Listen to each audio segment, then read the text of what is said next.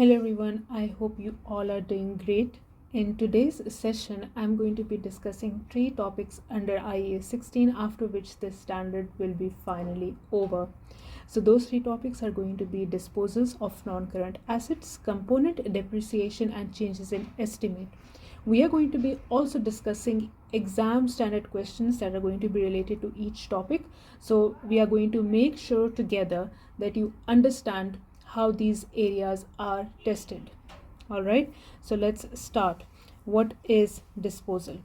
Disposal basically refers to removal of an asset from financial statements. So you finally say goodbye to the asset. Now that goodbye happens either through sale, or you scrap it, or through other means, whatever the entity decides or whatever you find it in the question the entity was doing. All right, so it happens when the asset is no longer in use by the company. So we decide that we no longer want to use it. In that situation, a disposal of the asset arises. So before we begin with the formula and calculation, there are some certain things you must be knowing about. Let's see the carrying value at the disposal. Now, if for example we are selling the asset at the end of its useful life, the carrying value of an asset equals to its residual value. If we are selling the asset before the end of its useful life, the carrying value at disposal is simply calculated as the cost or the revalued amount, depending upon what policy the company selects, and we will deduct the accumulated depreciation, and we would be finding the carrying value at date of disposal. Disposal under cost model. The gain or loss on disposal is calculated as follows. You will simply take the sale proceeds, which is what you earn as a result of the sale, and you will simply deduct the carrying value at date of disposal. And you then recognize gain or loss on disposal, which you will be taking it to the statement of profit or loss as other income. So in order to understand how the journal entry is going to pass, let's try to break it down step by step. Now, although I have given you the full journal entry here, but I will not simply make you see it together right now. I want to take you step by step to see how journal entry is determined. Now, starting from the very basic, when you sell the asset, you receive cash, and cash is an asset to the business. So when the cash comes in the business, the very first journal entry that we pass is going to be debit cash, right? And that is going to be equal to the sale proceeds. All right, that is going to be equal to the sale proceeds. And then we know that when you take the sale proceeds and deduct the carrying value, we get the gain or loss on disposal. Now, how is carrying value of an asset calculated? Simply taking the cost minus the accumulated depreciation, right? Minus the accumulated depreciation. Now, we all know that the cost always has a debit balance for the asset, while accumulated depreciation always has a credit balance. Now, if we are trying to eliminate, see, this minus sign means we are eliminating, then your logic should say that if this is debit, this should become credit, right? And if this is credit, this should become debit. And this way it will be cancelled and it will be eliminated. So therefore, don't you think that you will be taking the crediting the cost? Okay, so I will put here credit the asset at the cost. I will eliminate whatever the cost of the asset is given to you in the question. And now I have told you that we will be debiting accumulated depreciation. So put it under debit, and I will debit the accumulated depreciation at date of disposal, whatever the accumulated depreciation is. So notice how notice how the cost minus accumulated depreciation gives you the carrying value. So when I do opposite entry to eliminate cost and accumulated depreciation, I am essentially eliminating the carrying value. And depending upon whatever the figures are, you will either credit gain on disposal, recognizing this as an income, or you will be debiting loss on disposal. All right, because losses are going to have a debit entry while income is going to have a credit entry. So this is how the elimination of the asset occurs. We are essentially eliminating the asset. And by comparing this with the sale proceeds, we determine whether we have made a gain or whether we have made a loss. So as a summary, this is how the journal entry looks like. Moving on, we can also have disposal under revaluation model. A company can decide to carry revaluation model. So how is then disposal of such assets calculated? Now remember, if we are carrying revaluation model, we are always going to have a balance of revaluation surplus. We all know this, that once the entity decides to have a revaluation model, they must be revaluing their assets on periodic basis, which means you will always have a balance sitting in the revaluation surplus. All right. So what happens if we are now disposing the asset which was revalued? Your question should be, what should happen to the revaluation surplus balance? So here it says, the revaluation surplus is not transferred to the income statement. Instead, it is simply moved to the retained earnings via the statement of changes in equity. Because once we are disposing the asset, anything that has to do with the asset must also be eliminated. So if we have a revaluation surplus balance related to the asset sitting in our accounts, we also have to eliminate it. So the question is, where is the revaluation surplus going to go? It is not going to go to the income statement, but what happens, it is taken to the retained earnings. This is a rule, so you must remember it. Extra depreciation from the revaluation is transferred annually from the revaluation surplus to retained earnings, and this is something we had discussed in the previous sessions, that a company can apply to transfer excess depreciation from the revaluation surplus to the retained earnings annually.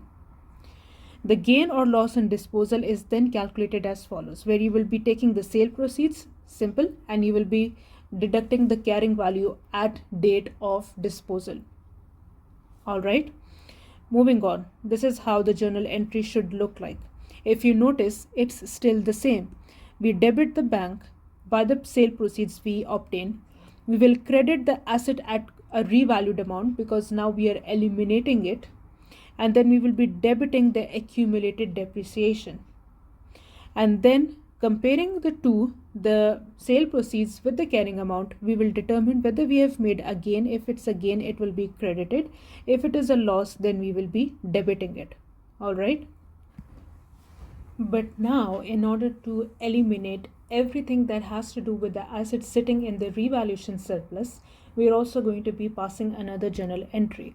Because revaluation surplus is a credit account, we will now be debiting revaluation surplus to remove any remaining amount at date of disposal, and we will transfer that to the retained earnings. So retained earnings is going to go up where the transfer is going to take place. So now the asset has been completely eliminated from the accounts.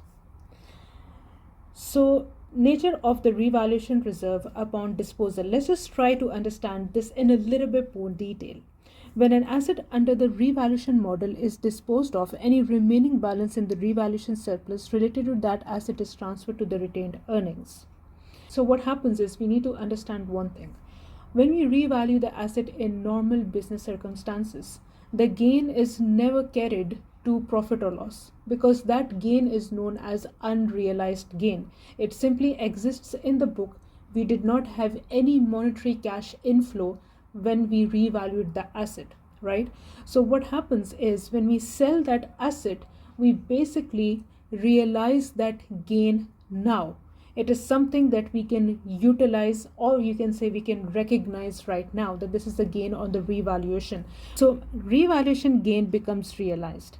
That before the disposal, we know it is going to sit in the other comprehensive income as part of the revaluation surplus and equity.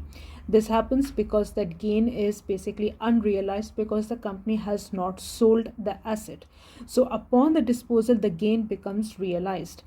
Now the gain is no longer on the paper, it becomes realized because the asset is no longer held. All right. So the remaining revaluation surplus is transferred directly to retained earnings, but it does not affect the income statement. Do not make this mistake. If you're told that once the asset is sold, the gain becomes realized, students think that, okay, the gain should now go in statement of profit or loss. No, the gain will have a reserve transfer in statement of changes in equity from revaluation surplus to retained earnings. All right, do not take anything to the statement of profit or loss except the gain on disposal, that you make on the asset. All right. So therefore, that is the reason why we pass this journal entry. That is, we debit the revaluation surplus and we credit the retained earnings. So you must remember, you shift basically this unrealized gain into the retained earnings, but this does not impact the profit or loss statement nor generates a cash flow for the business. All right, this reserve transfer is not generating any cash inflow. The only cash inflow that you have from the sale of the asset is the sale proceeds that you receive from the third party. This reserve transfer does not generate any cash flow. But then you might wonder, why are we making this kind of adjustment? Because if it is not technically giving me any benefit, as in a way that I cannot recognize this as an income, and I cannot even have any cash inflow from that, then why are we making this transfer to the retained earnings? So the main reason behind this is that we do this transfer to prevent overstating the reserves. Because if the asset no longer belongs to the company, then there is no means to have any kind of balance with that asset sitting in our reserve account. So that is why what we do is we do this reserve transfer to the retained earnings, because it is going to improve the transparency for the shareholders. And what it does is that it basically prevents any ghost revaluation surplus sitting in our equity. So therefore we do this transfer to the retained earnings. All right, now let's try to do a question associated with this concept. It says that an entity acquired, okay, just forgot, it happens. We are first supposed to read the question. So, what is the gain or loss on disposal to be reported in the statement of profit or loss for the year ended 30th of June 2007? So, what is it? Gain or loss? That is an important piece of information, and it is asking the gain or loss to go in statement of profit or loss for the year ended 30th of June 2007. So there are three key pieces of information you must be highlighting or underlining in the exam. So now, before I begin with the question, what I always do is I draw a timeline. You may have seen this from my previous video, that I always like to draw the timeline to understand the events that take place. So if my year end is 30th of June of 2007, my year must have started on 1st of July of 2006. All right, now let's see. The entity acquired a property for 6 million on 1st of July 2003. With 1 million allocated to the land. The building had an expected useful life of 50 years and no residual value. So what is the 6 million? This is a cost. All right. Now in that property we have two things. Number one, we have a land and we have a building. So the building cost is going to be 5 million, because we know from the 6 million, 1 million has been allocated to the land. So the land is 1 million, building is 5 million. And the expected useful life is 50 years with no residual value. On 30th of June of 2005, the property was revalued to 7 million. So we did this revaluation when? On 30th of June, which is almost 2 years ago from our reporting date, because our reporting date is 2007, right? So 2 years ago we had revalued this property. The land was revalued at 1.24 million and the building was revalued to 5.676 million. The property was then sold on our reporting date for 6.8 million. We are supposed to calculate the gain and loss. Now this is going to cover all the understanding of the journal entry, and hopefully any confusion now will be cleared out. Now let's just try to take the simple things out. Now the complex thing that has happened here is revaluation, and we are supposed to account for that revaluation. All right. So the first simple thing that we can recognize here is these sale proceeds. These are sale proceeds, what we obtained as a result of selling the asset. And we all know that in order to calculate the gain or loss on disposal, we are supposed to have carrying value on date of disposal, right? Carrying value on date of disposal, which means carrying value on 30th of June of 2007. So what the carrying value is going to be, we are supposed to be worrying about two things now. We are supposed to be calculating it for the land, and for the building we are supposed to calculate the carrying value. So can we take this step by step now, that now we understand what we need to do? So forgetting about all the other things, let's just try to take it step by step. Number one, let's just try to take it for the building. All right, for the building, what we are supposed to do, we are supposed to calculate the carrying value at date of disposal, because we will only be knowing what will be the gain on disposal or the loss on disposal if we know about the carrying value. So carrying value of the building. Moving up now, I am now going to be also drawing a timeline for you, and that timeline is going to be like this, where we are going to be assessing the revaluation time period. Now the revaluation happened on 30th of June of 2005. If we go back, this is when the revaluation had occurred. The property was revalued to 7 million. So let's just worry about what happened to the building. It was 5.76 million. At this point, it was revalued, and it was revalued to 5.76 million. Now, what happens now? It's very important. Our main concern is that we want to have the carrying value on 30th of June of 2007. How will I calculate the carrying value? What I will do is, I will take the revalued amount and I will divide this by the remaining useful life to calculate the depreciation. All right, because how the carrying value is calculated? By taking the value of the asset, the revalued amount, minus the depreciation charge for all those 2 years, right? So I will take the remaining useful life in order to calculate the depreciation. Now what is the revalued amount here? 5.76 million.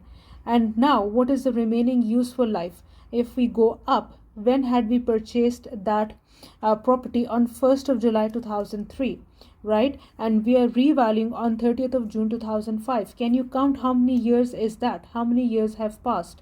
So starting from July, it will be 2004 and 2005. This is approximately 2 years that have been passed. Not approximately, it's in fact 2 years that have already passed, which means the remaining useful life on 30th of June 2005 will be how much? The building had the useful life of 50 years. So 50 minus 2 gives you 48. I hope you are understanding what we are trying to do here. We are trying to calculate the depreciation on the remaining revalued amount. All right. So that will be 0.12 million per year. But notice how there are 2 years that we have to account for, right?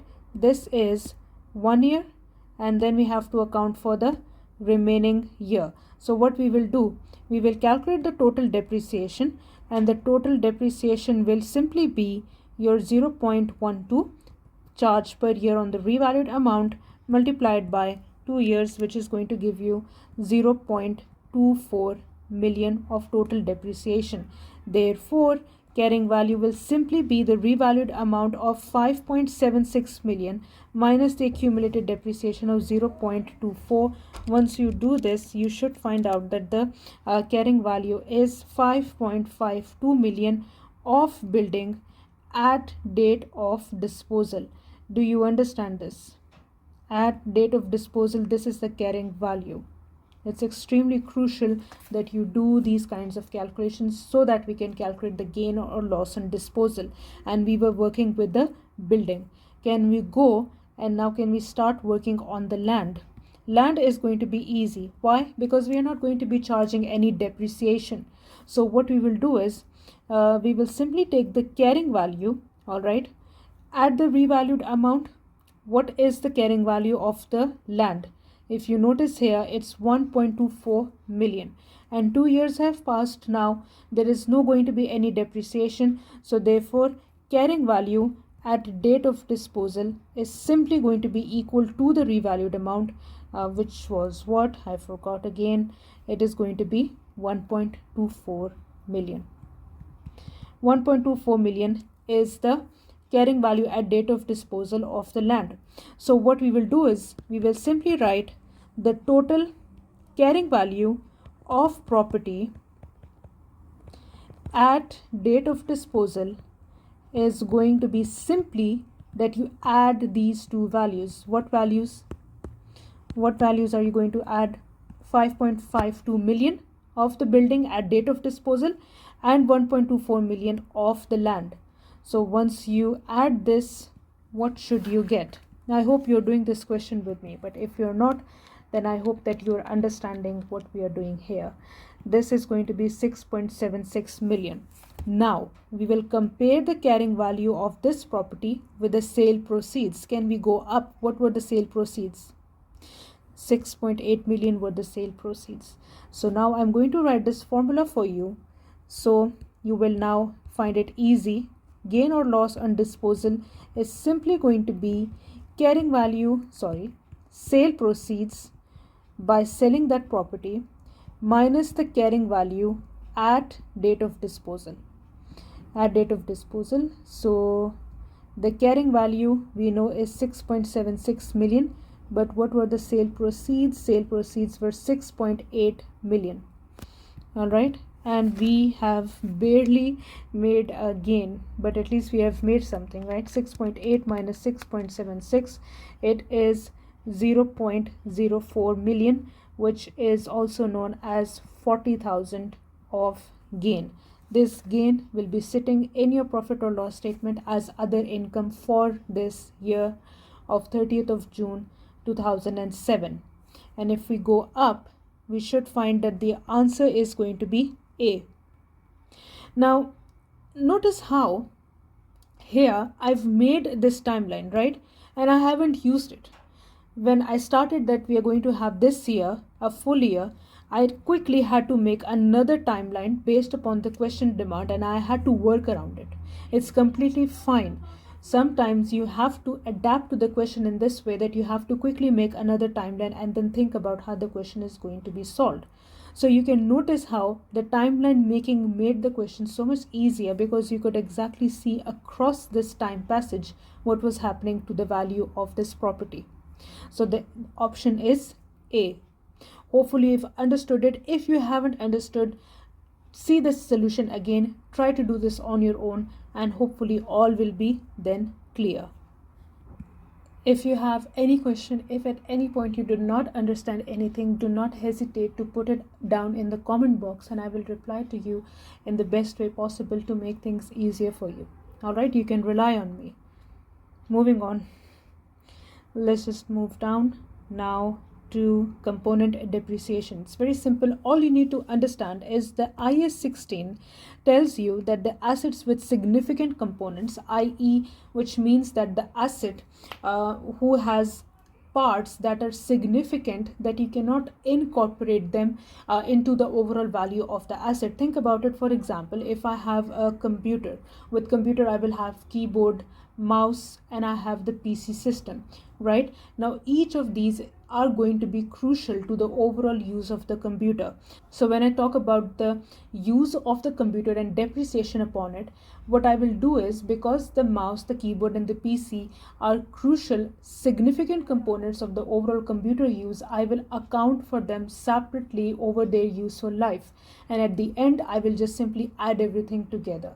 So we are just not trying to calculate the total from the very beginning. We break it down into significant components and try to calculate the carrying value of each of these components, and then simply add them together at the very end. Why? Because they will have different useful lives to be depreciated separately. This ensures accurate expense allocation. For example, an aircraft's engine and fuselage are depreciated separately. When a component is replaced, the old part is derecognized and the new part is then going to be capitalized. So in this way, you will know exactly how much value of the total aircraft would be allocated to the engine and fuselage. And also in this manner, you will be able to assess and have a track of the economic benefits that each of those parts are giving you. If you just try to combine everything together, you will not exactly understand the useful life each of the component has, and this will also affect your reporting for those assets, right? So we will better understand. Let's just quickly go through the question and you will know what we are trying to do here and how the aircraft is broken down into separate components. So let's read the question first. Based on IAS 16, property, plant and equipment, determine the total depreciation charge to be recorded in the statement of profit or loss for the year ended 31st December 2005 and round to the nearest of thousands. So, Nov Air Company, an airline company, prepares its financial statements as of 31st December. On 1st of January, the company acquired a new aircraft for 15 million. This is the total cost of the aircraft with the following details. Notice how the aircraft is broken down into the components. We have airframe, engines, engine testing cost, interior of aircraft. Notice how it's broken down, and we are accounting for the cost, residual value and useful life separately. So we have residual values of these components, we also have the useful life. And now it is saying that you have to calculate the depreciation charge. And it's very simple. What you will do here now is you will go down and try to label this as aircraft. And now for each component, you will do separate calculations. So what is the number one? We have airframe. So airframe is going to be simply the cost, which is 8 million, minus the residual value, which is 500, and then you will divide it by the useful life, which is 20. All right, and then once you do this calculation, you will come to know that the depreciation charge per year is going to be 375,000. But I will just say 375 because the answer already has thousands written for me. One of the important exam tips for such kind of question is to always make sure that you highlight the purchase date of the aircraft, because you can have mid-year purchases as well. Maybe it might have been acquired sometime during the year, so you will account for the depreciation accordingly. So let's say it was acquired in June or July, then we will calculate how many months it is to the year end and we will allocate the depreciation accordingly. So always make sure that you double check the date of purchase, and also make sure that you also record the and also make sure that you also underline the year end date. All right, now pause the video and try to do it for the remaining components and then compare your answer. So once you do the remaining question, you should find out the total depreciation charge for the year will be 1280. So you will put this here as 1280. So this will make a total of 1.28 million. All right, hopefully you got this right. If not, you just simply need to calculate the depreciation charge by taking the cost minus the residual value divided by the total useful life. This is what we mean by component depreciation. All right, now moving on to understanding changes in estimates. Now, changes in useful life, residual value or depreciation method are applied prospectively. Prospectively means that once the changes are made, you do not go back in the past and try to change the numbers. You then look forward, and every subsequent treatment of the asset will be based upon this new updated estimate. You do not change anything in the past, you let the accounts sit the way they are. All right, meaning future depreciation is adjusted without changing past financial statements. For example, if an asset's useful life changes from 10 to 8 years, the remaining value is spread over the new period following IAS 8's rules on accounting estimates, where you do not change anything of the past, but rather you look forward and try to then adjust the value of the asset over the new estimate, whatever happens. Now, this will be further understood by taking a look at this question, which says that you need to calculate the depreciation charge to be recorded in the statement of profit or loss for the year ended 31st of March 2008. So, as usual, what I will do, I will draw the timeline. And this is 31st of March 2008, which means my year must have started on 1st of April of 2007. Clear? On 1st of July 2007, Weatherby Company purchased a machine for 500,000. So what I will do, I will take a stop here. I'm not going to read. What I will do, I will go and try to update my timeline. So 1st of July means somewhere around here. 1st of July, I'm going to record this event as a purchase of a machine, and the machine has a value of 500,000. Notice how we are recording this event and try to understand the timeline. It is being depreciated using straight line method over a 10-year useful life. So let me just put this here that we have a 10-year useful life with an estimated residual value of 20,000. So 20,000 is going to be the residual value. This is going to be the useful life and this is going to be the cost. Due to the change in legislation on 1st of January 2008, whereby a company installed a safety guard on the machine at a cost of 25,000. The safety guard has a 5-year useful life and no residual value. And you're supposed to now calculate the depreciation charge. Now remember, before we begin, this is an exam standard question and this is how your exam will be tested around financial reporting. And notice how now things have changed on 1st of January. So what I'm going to do, first let's just update the timeline. On 1st of January 2008, we had something of related to an installation happening. Installation of what? Installation of 25,000 of a safety guard, which now has a cost of, let me just update the timeline in this way, 25,000, and the useful life is going to be 5 years and the residual value is 0. And what does it say? You have to calculate the depreciation charge for the full year of 31st of March 2008. So what is going to happen? We will start our calculation from the point when the purchase had occurred, because we have no idea about the past from 1st of July, right? We do not know what was the valuation of any kind of asset before this date. So because the question has told us that the purchase happened on 1st of July, we are going to start our accounting from here. So what I'm going to do over here now is I'm first of all going to calculate the depreciation on this, what did we buy? The machine. We are going to be calculating the depreciation on the machinery from 1st of July all the way to 31st of March. Alright, what is going to happen to the safety guard? Notice how we are given separately the cost and the useful life. This is a separate component. Remember, we just did components now, that we will be calculating depreciation on them separately. We will not combine everything together. We will be accounting for them separately. So what I will do is I will separately then calculate the depreciation on this new equipment starting from 1st of January all the way to the 31st of March. So I will not combine anything. I will account for them separately. So what I will do here, although the safety guard has been installed on the machine, you might think, okay, we are going to combine everything together. Don't do that. That safety guard is a completely separate component that you have to calculate depreciation charge separately. So therefore, what I will do is, first let's calculate the machine depreciation.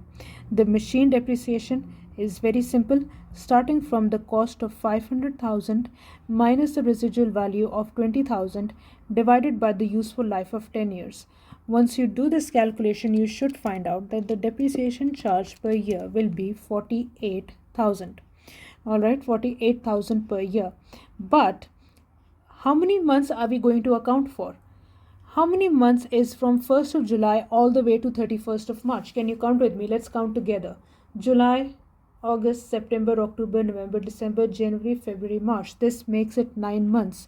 So divided by 12 to get depreciation charge per month, multiply by 9 months, you should find out that the answer will be 36,000. So 36,000 is the depreciation charge. Now we are going to be accounting for the safety guard separately. So the safety guard is simply going to be the cost, which is 25,000, minus the residual value, which is 0, divided by the useful life of 5 years. Once you do this, you will come to know that it is 5,000 per year.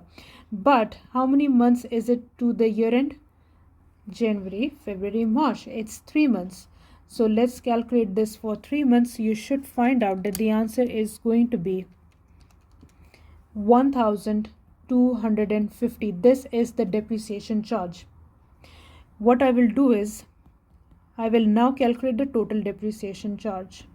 The total depreciation charge is simply going to be 36,000 plus 1,250, and once you add this, you should find out that the answer is 37,250, and this is exactly where we are going to go. And because it says to the nearest dollar, then what you will do is you will simply take this as 37,250.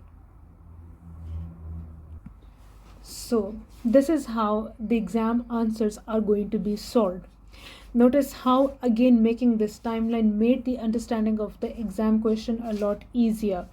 With this, I conclude my session for today. If you found my video helpful, please consider liking this video and subscribing to my channel. If you have any confusion in any of this area so far, please also let me know in the comment box below, and I will try my best to explain you in the easiest way possible.